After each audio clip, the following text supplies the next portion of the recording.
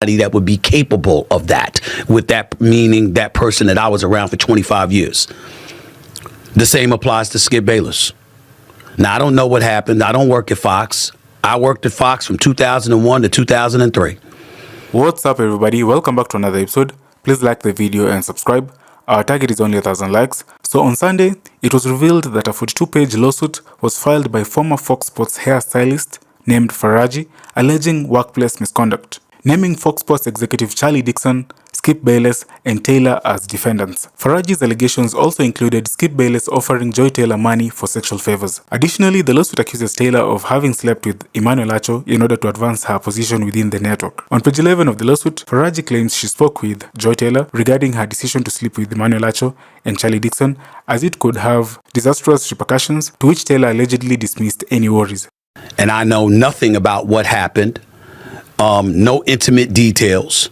Certainly can't be irresponsible and not try to interfere with a legal matter, a lawsuit. But in the same breath, I didn't think it was a crime to point out that the person that I've known for 25 years, I've never seen somebody that would be capable of that, with that meaning that person that I was around for 25 years. The same applies to Skip Bayless. Now, I don't know what happened. I don't work at Fox. I worked at Fox from 2001 to 2003.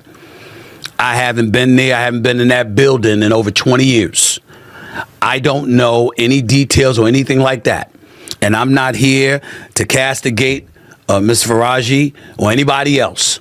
I don't know Charlie Dixon that well, even though he used to work at ESPN. I don't know Joy Taylor that well, even though she and I have interacted with one another on several occasions throughout her career, and I find her to be a consummate professional, very good at what she does, very capable, very knowledgeable about the world of sports and what have you. I also know that she's big on women empowerment, so it's hard to imagine her saying get over it. But again, I don't know. But we all know that when you see Stephen A. Smith with a subject like this and the name involves Skip Bayless, that's what you want to know about. And here's what I would tell you. I don't know what happened. But just like I said, I've known Jay-Z for 25 years. I can't imagine that. I've known Skip for just as long. I can't imagine it. I can't imagine it. Especially when they brought up the $1.5 million. The Skip Bayless I know has a hard time giving away $15. He's one of the cheapest people I know. That's just me. But that doesn't mean that I have any inside knowledge about any of this. I don't, and I'm not going to get involved. I think it's incredibly dicey and irresponsible for people who don't know to act like they do know. But in the same breath, I also feel it's important that if you know people or you think you know people and you've had a long-standing relationship with those people, that it's not a crime for you to say the person that I know, the person that I've been around, the person that I worked with in his case, for 4 straight years from 2012 to 2016, doing First Take every weekday morning at 10 a.m. to 12 noon. The person that I knew since our days at Fox Sports when we would appear on Jim Rome's show. Okay, The Last Word and stuff like that. And we were in the same Fox building off of Pico Boulevard and Avenue of the Stars. The person that I've seen that really, really trusts almost no one and doesn't expose himself to anybody.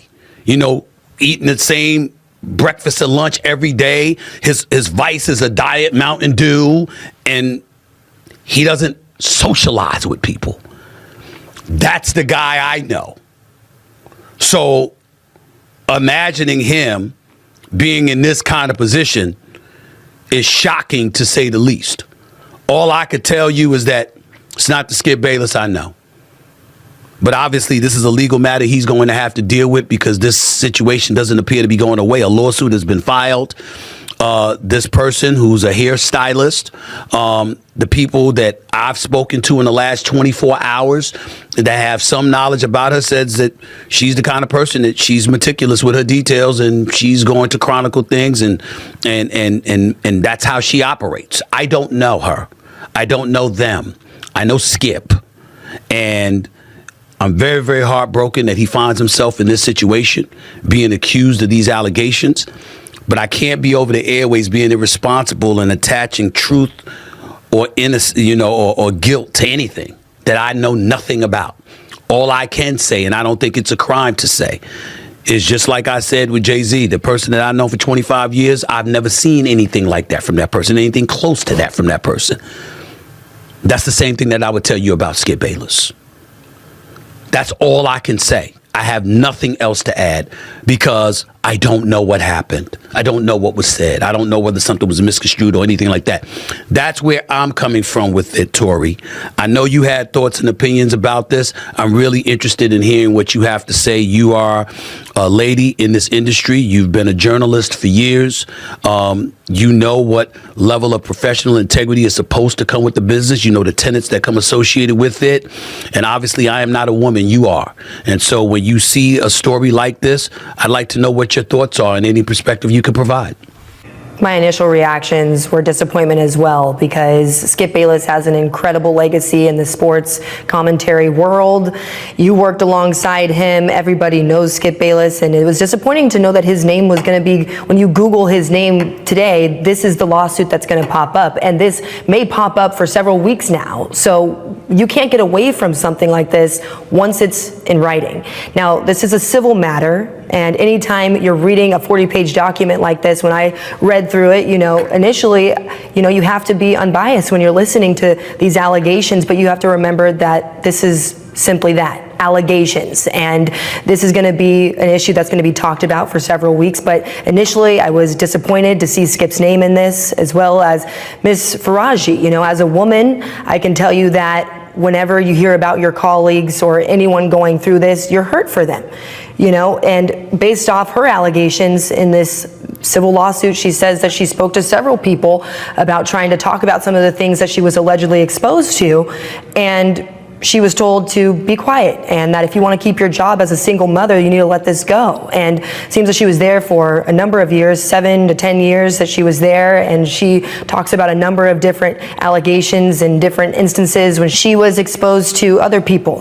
She mentioned Charlie Dixon, executive vice president. She mentioned that she was allegedly at a bar where, her back was groped, etc. So there's a number of different allegations as you comb through this suit that are alarming. And then the silencing behavior that allegedly took place. And unfortunately, Stephen, in this world that we live in, it's one of the reasons why I left the sports industry initially, because I felt like people were flirting with me and not taking my perspective or my preparation seriously when I would show up to interview them, because it's hard to get past your looks. And as you saw, she's an absolutely beautiful woman, So that's just, it's the unfortunate reality that the sports world is that world, but it's not just in sports, it's in news too. So, yeah. I got a couple of questions to throw your way because I'm very interested and intrigued by a couple of things that you said. Number one, you talked about departing from the sports industry for a while because the way folks approached you. It's one thing for folks to, and I'm not saying it's appropriate, please don't get me wrong,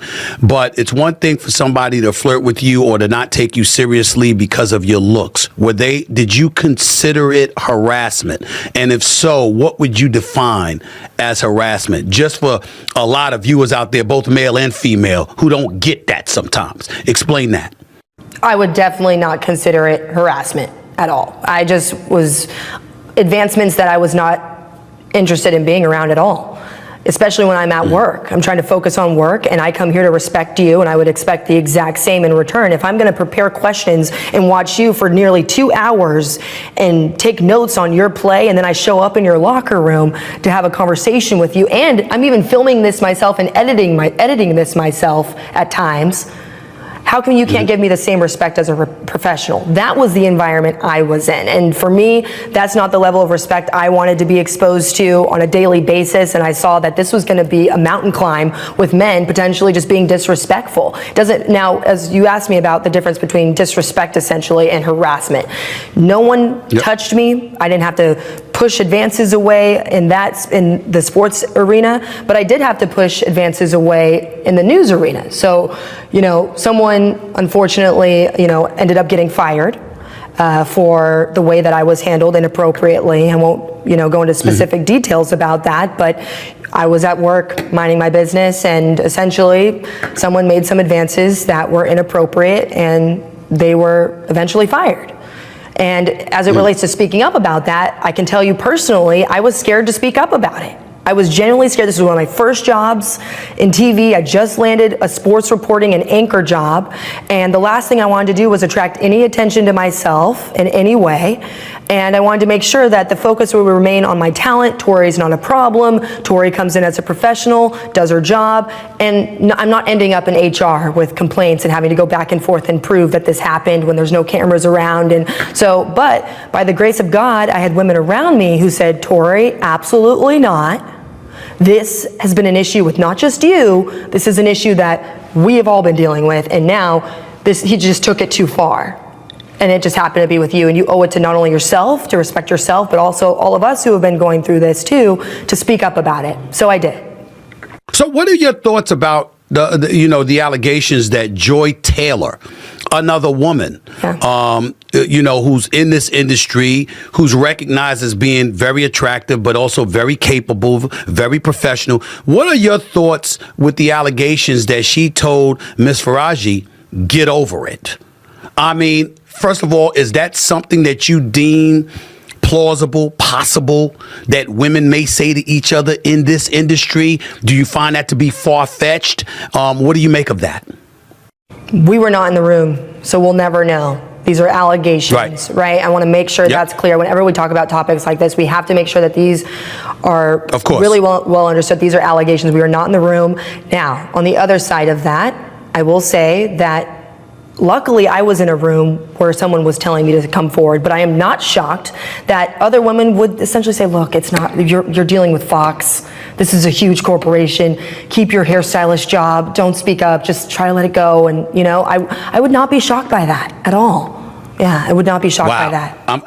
I know it shocked me. It definitely shocked me because when I see a lot of women with their podcasts, the television shows, etc., and very, very big on women empowerment, big, uplifting ladies in this industry and what have you. It's hard to imagine that something like that would be said because obviously that stays with you forever. But I think the tough part for Joy Taylor is that these two were considered friends for a very long time. If there's anybody that you confide in terms of your thoughts, it would be somebody you perceive as a friend. So in that regard, I don't know what to make of it. I just have to acknowledge that. Having said that, when we look at this situation right now with Skip, my problem is this.